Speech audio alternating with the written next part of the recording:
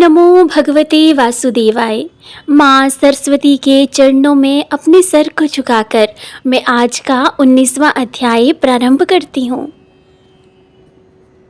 उसके उपरांत वे पांचों कन्याएं इस प्रकार विलाप करती हुई बहुत देर प्रतीक्षा करके अपने घर लौटी। जब घर में आई तो माताओं ने कहा कि इतना विलंब तुमने क्यों कर दिया।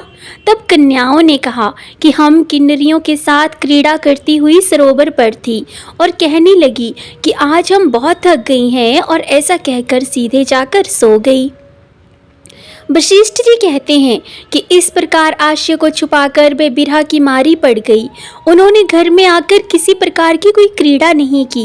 वह रात्रि उनको एक युग के समान बीती। सूर्य नारायण के उदय होते ही वे अपने आप को जीवित मानती हुई माताओं की आज्ञा लेकर गौरी पूजन करने वे कन्याएं वहां पर जाने लगी। उसी समय ब्राह्मण भी स्नान के लिए सरोवर पर आया। उसके आने पर कन्याओं ने वाह वाह किया और खुश हो गई, जैसे कमलिनी प्रातःकाल सूर्योदय को देखकर कहती है। उसको देखकर उनके नेत्र खुल गए और सीधे उस ब्रह्मचारी के पास चली गई। आपस में एक दूसरे का हाथ पकड़कर चारों तरफ से उसको घेर लिया और कहने लगी कि मूर्ख, उस दिन तू भाग गया था लेकिन आज नहीं भाग सकता। हम लोगों ने तुमको घेर लिया है। ऐसे वचन सुनकर बाहुपाश में फंसे हुए ब्राह्मण ने मुस्कुराकर कहा, तुमने जो कुछ कहा सो ठीक है, परंतु मैं तो अभी विद्याभ्यास और ब्रह्मचारी हूँ। गुरुकुल में तो मेरा विद्याभ्यास पूरा भी नहीं हुआ है। पंडित को चाहिए कि जिस आश्रम में रहे उसके धर्म का पालन करे। इस आश्रम में मैं विवाह नहीं कर सकता। अपने व्रत का पालन करके और गुरु की आज्ञा पाकर ही मैं विवाह कर सकता हूँ, उससे पहले नहीं कर सकता। ये बात सुनकर वे कन्याएं इस प्रकार बोली जैसे वैशाख मास में कोई कोयल बोलती है। वे कहने लगी कि धर्म से अर्थ और अर्थ से काम और काम से धर्म के फल का प्रकाश होता है। ऐसा ही पंडित लोग और शास्त्र कहते हैं। हम काम सहित धर्म की अधिकता से आपके पास आई हैं, सो आप पृथ्वी के सब भोगों को भोगिए। उस ब्राह्मण ने कहा कि तुम्हारा वचन सत्य है, किंतु मैं अपने व्रत को समाप्त करके ही विवाह कर सकता हूँ, पहले नहीं कर सकता। तब वह कन्याएं कहने लगी कि तुम मूर्ख हो। अनोखी औषधि, ब्रह्म बुद्धि, रसायन सिद्धि, अच्छे कुल की सुंदर नारियाँ तथा मंत्र जिस समय भी प्राप्त हो तभी ग्रहण कर लेना चाहिए। किसी भी काम को कभी टालना अच्छा नहीं होता। केवल भाग्य वाले पुरुष ही प्रेम से पूर्ण अच्छे कुल से उत्पन्न स्वयं वर चाहने वाली कन्याओं को प्राप्त होते हैं। कहाँ हम अनोखी नारियाँ, कहाँ आप तपस्वी बालक। ये बेमेल का मेल मिलाने में विधाता की चतुराई ही है। इस कारण आप हम लोगों के साथ गंधर्व विवाह कर लें। इनके ऐसे वचन सुनकर उस धर्मात्मा ब्राह्मण ने कहा कि व्रती रहकर इस समय विवाह नहीं करूंगा, मैं स्वयंवर की इच्छा नहीं करता।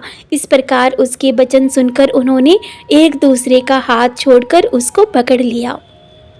सुशील और सुरसवरा ने उसकी भुजाओं को पकड़ लिया। सुतारा ने आलिंगन किया और चंद्रिका ने उसका मुख चूम लिया, परंतु फिर उसने क्रोधित होकर उनको श्राप दिया कि तुम डायन की तरह मुझसे चिपटी हो, तो इसी कारण तुम अभी के अभी पिशाचनी हो जाओ। ऐसे श्राप देने पर वे उसको छोड़कर अलग खड़ी हो गई। उन्होंने कहा कि हम निरपराधियों को वृथा ही तुमने क्यों श्राप दिया। तुम्हारी इस धर्मज्ञता पर धिक्कार है। प्रेम करने वाले से बुराई करने वाले का सुख दोनों लोकों में नष्ट हो जाता है, इसलिए तुम भी हम लोगों के साथ इसी समय पिशाच हो जाओ। तब वे आपस के क्रोध से उस सरोवर पर पिशाच और पिशाचनी हो गए और बस पिशाच पिशाचनी कठिन शब्दों से चिल्लाते हुए अपने कर्मों को भोगने लगे। वशिष्ठ जी कहने लगे कि हे राजन, इस प्रकार वे पिशाच उस सरोवर के इधर उधर फिरते रहे।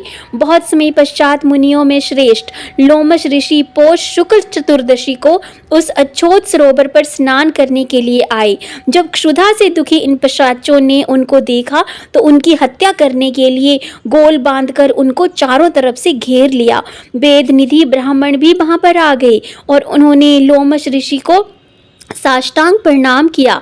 वे पिशाच ऋषि के तेज के सामने ठहर न सके और दूर जाकर खड़े हो गए। वेद निधि हाथ जोड़कर लोमश ऋषि से कहने लगे कि भाग्य से ही ऋषियों के दर्शन होते हैं। फिर उन्होंने गंधर्व कन्या और अपने पुत्र का परिचय देकर सब वृतांत सुनाया और कहा कि हे मुनिवर, ये सभी श्राप मोहित होकर आपके सम्मुख खड़े हैं। आज इन बालकों का निस्तार होगा, जैसे सूर्योदय से अंधेरे का नाश होता है। वशिष्ठ जी कहने लगे कि पुत्र के दुख से दुखी हुए वेदनिधि ब्राह्मण के ऐसे वचन सुनकर लोमश ऋषि के नेत्रों में जल भर आया और वेदनिधि से कहने लगे कि मेरे प्रसाद से बालकों को शीघ्र स्मृति पैदा हो। मैं उनका धर्म कहता हूँ, जिससे इसका आपस का ज्ञान विलीन हो जाएगा। अब हम सुन लेते हैं 20वां अध्याय, क्योंकि ये अध्याय बहुत ही छोटा सा है। तो उसके बाद वेदनिधि कहने लगे कि हे महर्षि, धर्म को जल्दी ही कहिए, क्योंकि श्राप की अग्नि बड़ी दुखकारक होती है। लोमश ऋषि कहने लगे कि ये सब मेरे साथ नियम पूर्वक माघ स्नान करें, अंत में ये सभी श्रापों से छूट जाएंगे। मेरा ये निश्चय है, शुभ तीर्थ में माघ स्नान से शाप का फल नष्ट हो जाता है। 7 जन्मों के पाप तथा इस जन्म के पाप माघ में तीर्थ स्थान पर स्नान करने से नष्ट हो जाते हैं। इस अच्छोद में स्नान करने से अवश्य ही मोक्ष की प्राप्ति होती है। राजसूय और अश्वमेध यज्ञ से भी अधिक फल माघ मास स्नान से होता है। अतएव संपूर्ण पापों का सहज में ही नाश करने वाला माघ स्नान क्यों ना किया जाए। तो आज हमने सुना 19वां और 20वां अध्याय। तो इसी के साथ फिर हम मिलेंगे कल इससे अगले अध्याय के साथ। तब तक आप सभी अपना और अपनों का ख्याल रखिए। भगवान श्री हरि विष्णु की कृपा सदा सर्वदा हम सभी पर बनी रहे।